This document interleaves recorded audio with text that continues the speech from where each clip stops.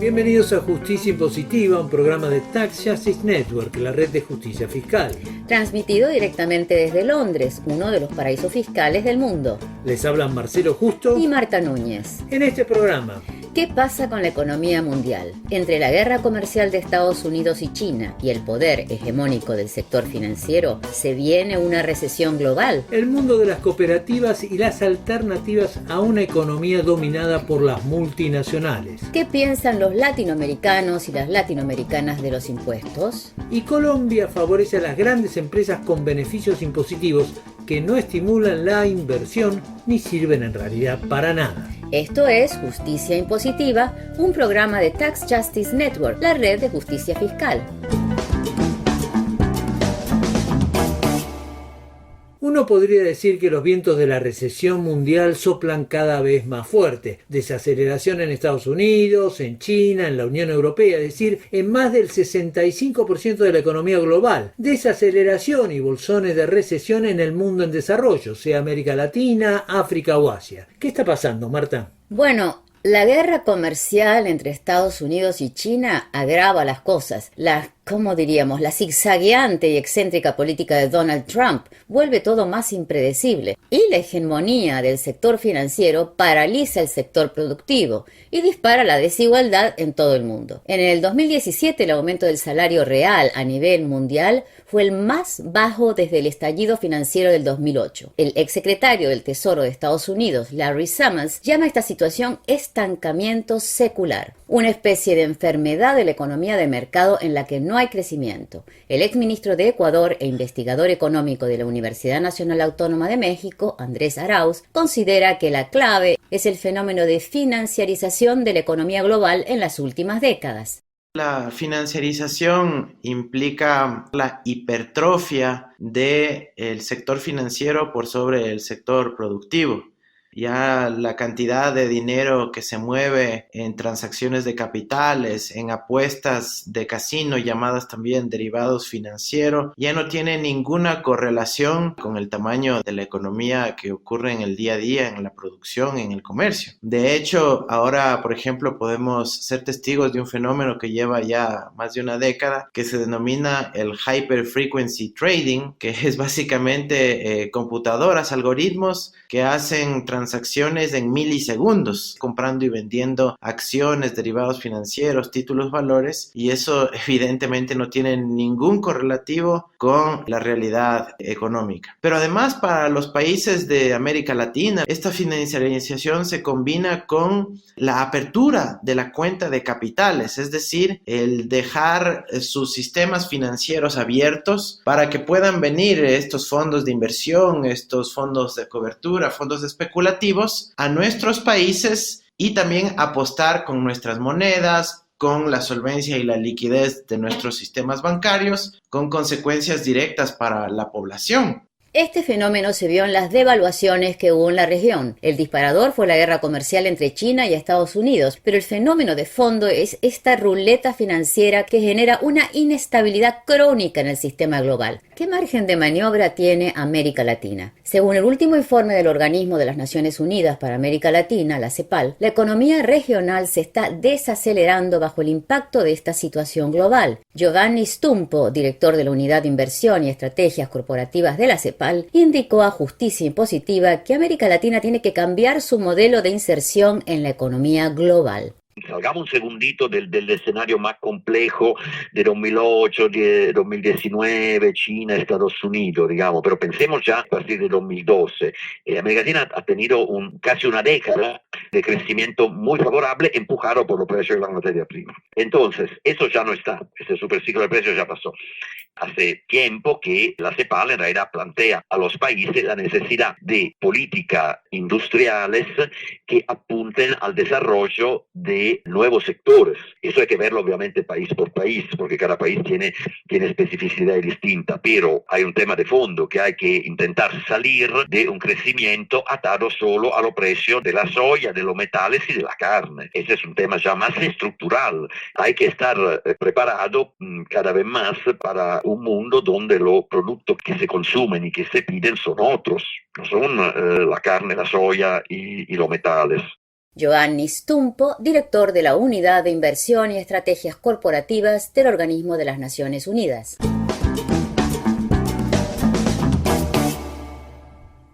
En su versión moderna, las multinacionales surgen a fines del siglo XIX, cuando poderosas empresas de los países desarrollados deciden construir fábricas fuera de sus países de origen para reducir costos en la venta y comercialización de sus productos. Pero el proceso tenía ya sus antecedentes. Uno de los ejemplos más sombríos de la historia de las multinacionales se da en el siglo XVIII. La gran potencia imperial de la época, Inglaterra, controló la India durante más de 100 años, no directamente como país ocupante, sino a través de una multinacional. Esta multinacional era la British East India Company. No solo controlaba el comercio de especias y otros productos con India, sino que tenía su propio ejército y sistema judicial para el país. En otras palabras, era multinacional y era también gobierno. Hoy las multinacionales son responsables de un 60% del comercio internacional, emplean de modo directo a un 2% de la población mundial y son clave en el avance tecnológico y la destrucción del planeta. Como mencionábamos en el programa 32, muchas multinacionales son hoy más poderosas que muchos gobiernos. Los ingresos de un consorcio petrolero, por ejemplo, son mayores que los de países como el Tigre Asiático, Corea del Sur, o la segunda economía de América Latina, México. Y claro, con este poder de fuego económico, las multinacionales tienen una fuerte influencia en instituciones centrales del orden mundial, como la Organización Mundial del Comercio. El poder que tienen es tal que hasta vienen impulsando su propio sistema judicial, las llamadas cortes corporativas. En estas cortes corporativas, que ya están funcionando en varios países del mundo en desarrollo, la balanza de la justicia está tan inclinada a favor de las corporaciones que los gobiernos y las poblaciones quedan desguarecidas. Todo esto sería francamente deprimente si no hubiera alternativas, pero hay alternativas y son tan antiguas como las multinacionales.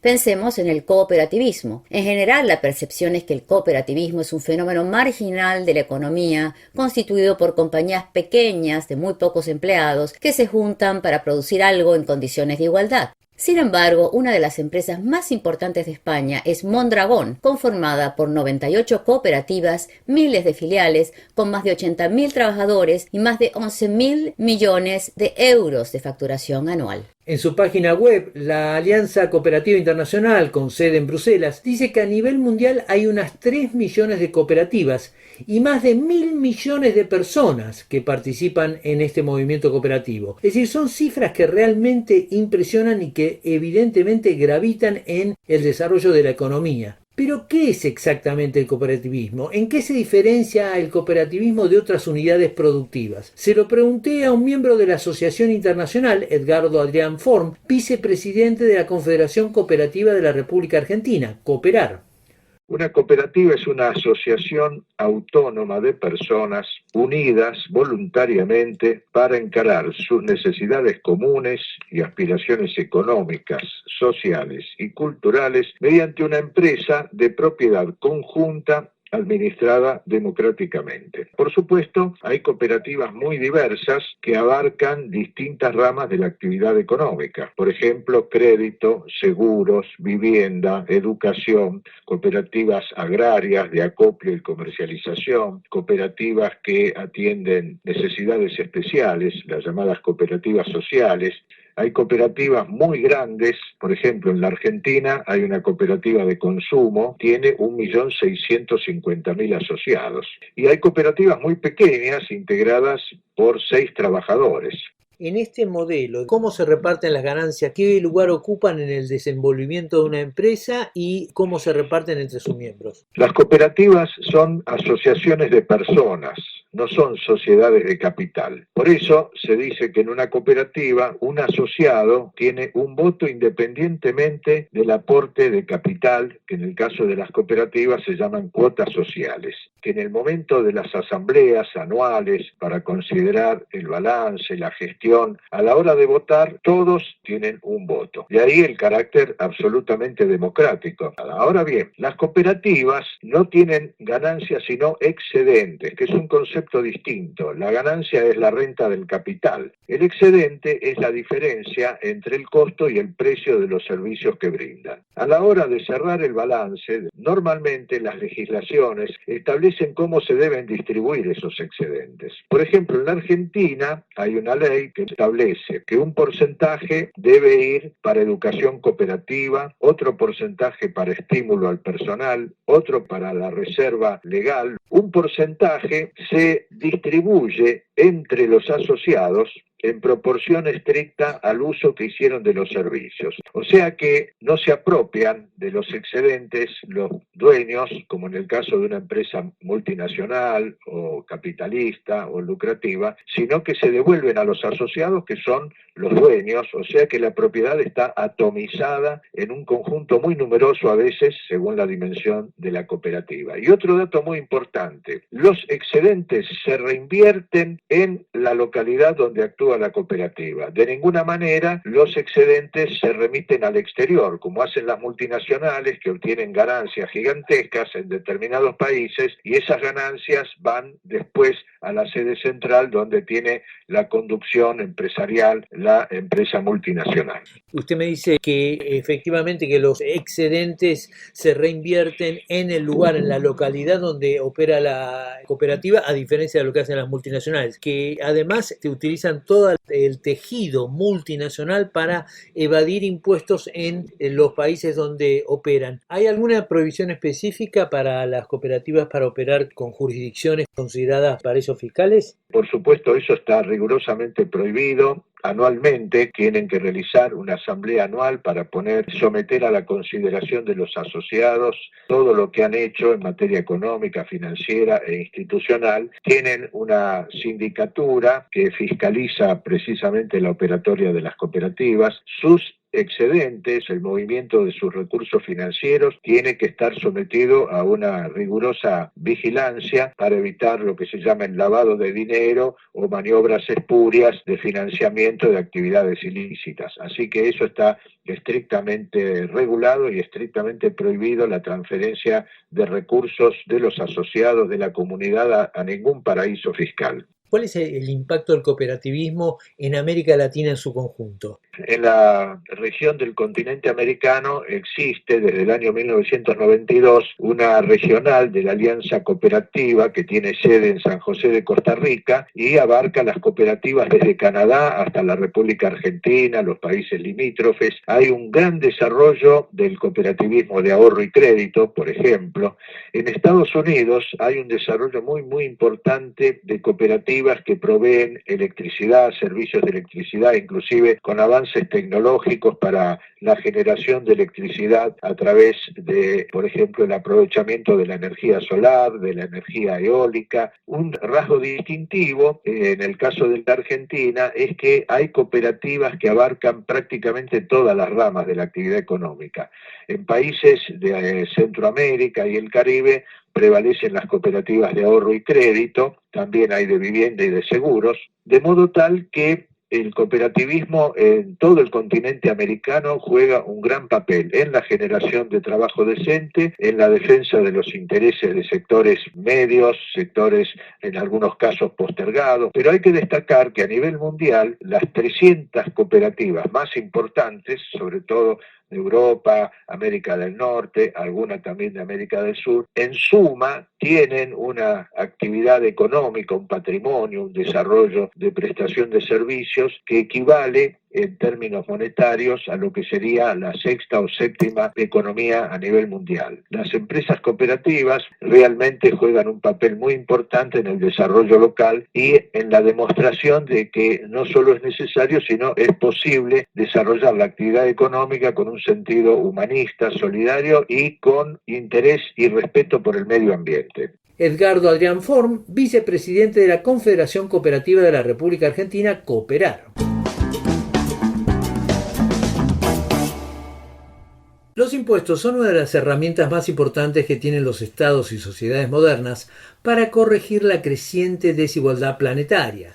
En la Unión Europea, la desigualdad del mercado se reduce drásticamente gracias a la intervención del Estado y de su política fiscal impositiva. En contraste, en América Latina, el rol corrector del Estado y la política impositiva es mínimo, porque el sistema impositivo no se ajusta a los principios de justicia tributaria. ¿Cuáles son estos principios de justicia impositiva o justicia tributaria? Como diría Sherlock Holmes, elementales, Watson, elementales. El que más tiene, más paga. El que tiene menos, paga menos. Y el que no tiene, no paga.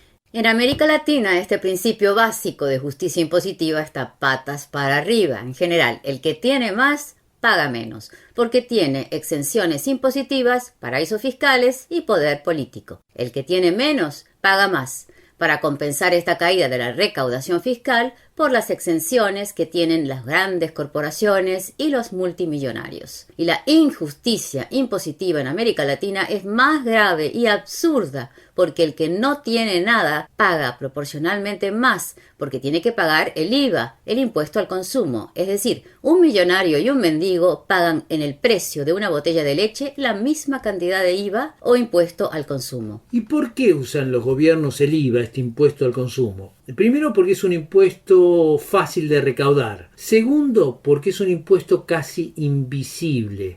Viene como pegado al precio que pagamos por un producto. Es decir, raramente nos detenemos a verificar cuánto hay de IVA en el precio que pagamos. Y por tanto, como es invisible o como es más invisible, es mucho menos conflictivo políticamente. Y lo que pasa con mucha frecuencia es que incluso con todos estos malabarismos no alcanza para recaudar lo que se necesita.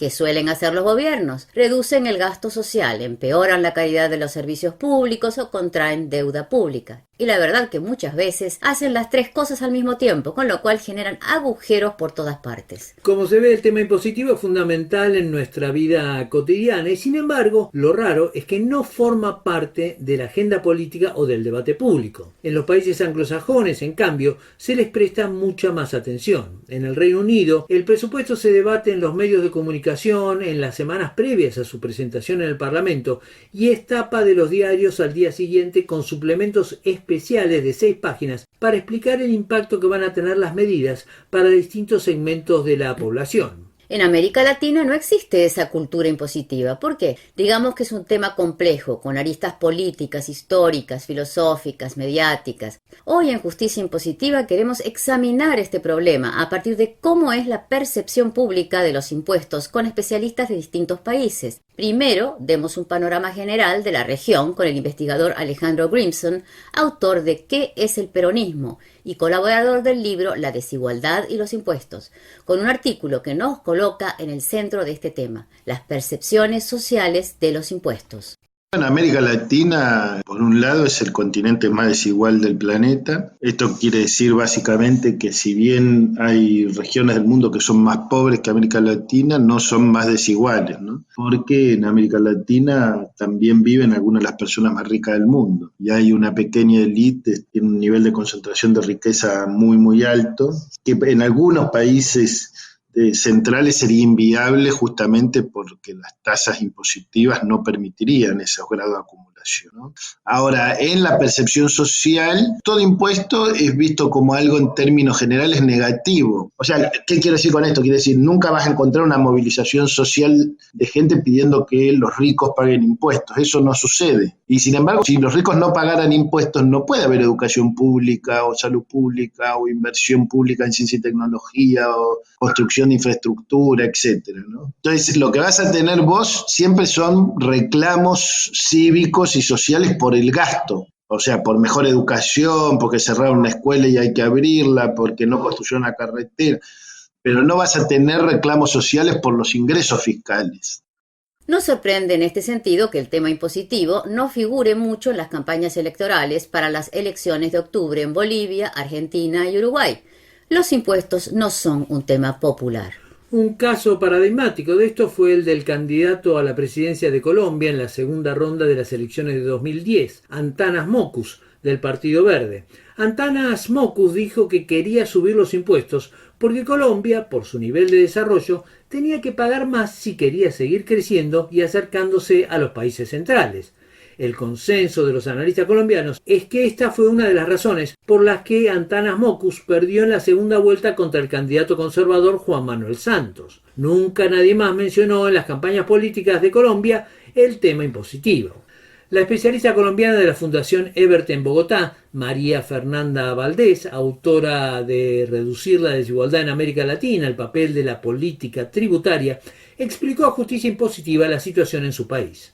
La gente aquí paga sus impuestos con mucha rabia. Incluso los estudios del Latinobarómetro muestran que aquí en América Latina en general la gente pues justifica la evasión de impuestos. Y en Colombia estamos por encima del promedio, o sea que más gente piensa que es justificable evadir impuestos. Y yo creo que en Colombia hay dos mitos grandes que hacen que la gente crea esto. El primero es que en Colombia la gente piensa que aquí se pagan muchos impuestos. La gente dice que los impuestos en Colombia son altísimos y la realidad pues es que en Colombia se pagan pocos impuestos y se pagan pocos impuestos comparado con países de la OECD obviamente, pero también comparado con países de América Latina y también comparado con nosotros mismos, o sea, para nuestro nivel de desarrollo nosotros pagamos muy pocos impuestos. Y el segundo mito es que la gente aquí piensa que el que no paga impuestos es un vivo y es muy inteligente, ¿no? Y es casi un ídolo. A mí me pasa eso como en mi día a día, que yo me encuentro con amigos, gente del común, que como saben que trabajo en el tema de impuestos, piensan que lo que yo hago es ayudar a la gente a evadir impuestos. Entonces la gente me cuenta cómo son de vivos y cómo hacen cosas para pagar menos impuestos, ¿no? Entonces yo lo veo bastante en mi día a día. Sigamos con este recorrido en América Latina y los impuestos. Estas características culturales que mencionaban María Fernanda Valdés y Alejandro Grimson, la viveza de no pagar impuestos, la percepción del gobierno o el Estado como enemigo, tienen el apoyo de campañas mediáticas que hacen creer a la población que pagan demasiados impuestos. La realidad es que Cuba es el único país de América Latina que tiene mayores ingresos tributarios que el promedio de la OCDE,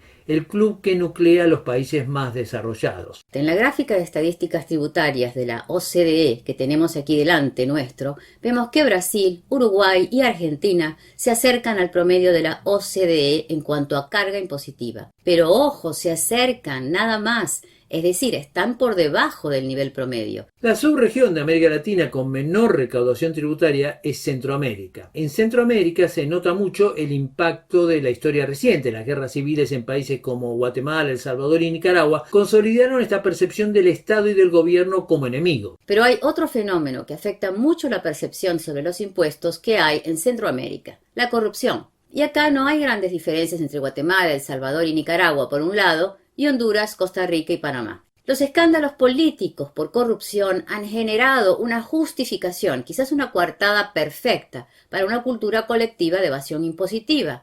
Esto es lo que le dijo a Justicia Impositiva a Abelardo Medina, director del ICEFI, el Instituto Centroamericano de Estudios Fiscales.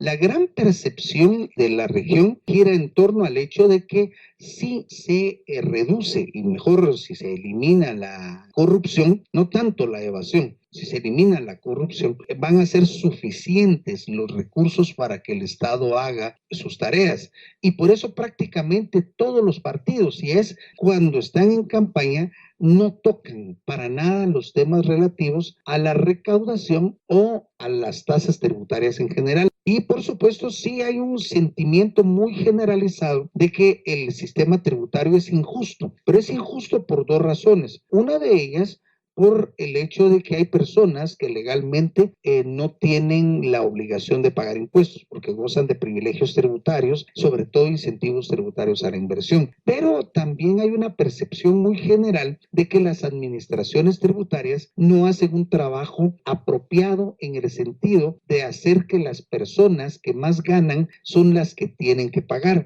No obstante, la percepción que nosotros hemos observado y que es probablemente la más latente es simplemente el hecho de que la gente, independientemente de la falta de justicia tributaria, percibe que no es apropiado pagar impuestos simplemente por el hecho que no son bien usados aquellos que están en el sistema, ¿verdad? Abelardo Medina, director de ICEFI, el Instituto Centroamericano de Estudios Fiscales.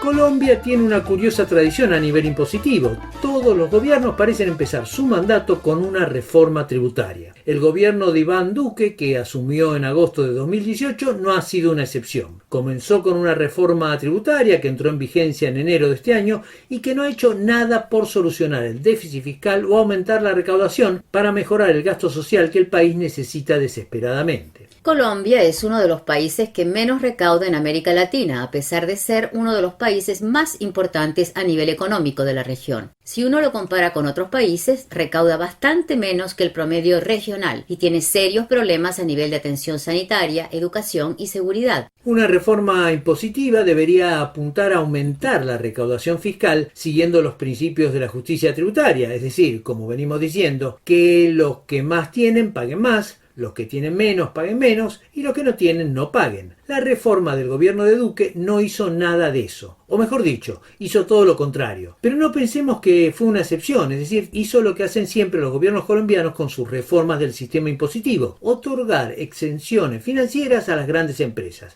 En eso Duque logró un milagro. Los economistas, que raramente se ponen de acuerdo sobre nada, dijeron al unísono que esas exenciones impositivas no servían para nada. La especialista en temas fiscales de la Fundación Ebert de Bogotá, María Fernanda Valdés, autora de Reducir la desigualdad en América Latina, el papel de la política tributaria, explicó a Justicia Impositiva cómo se logró este milagro, que los economistas estén de acuerdo sobre este punto.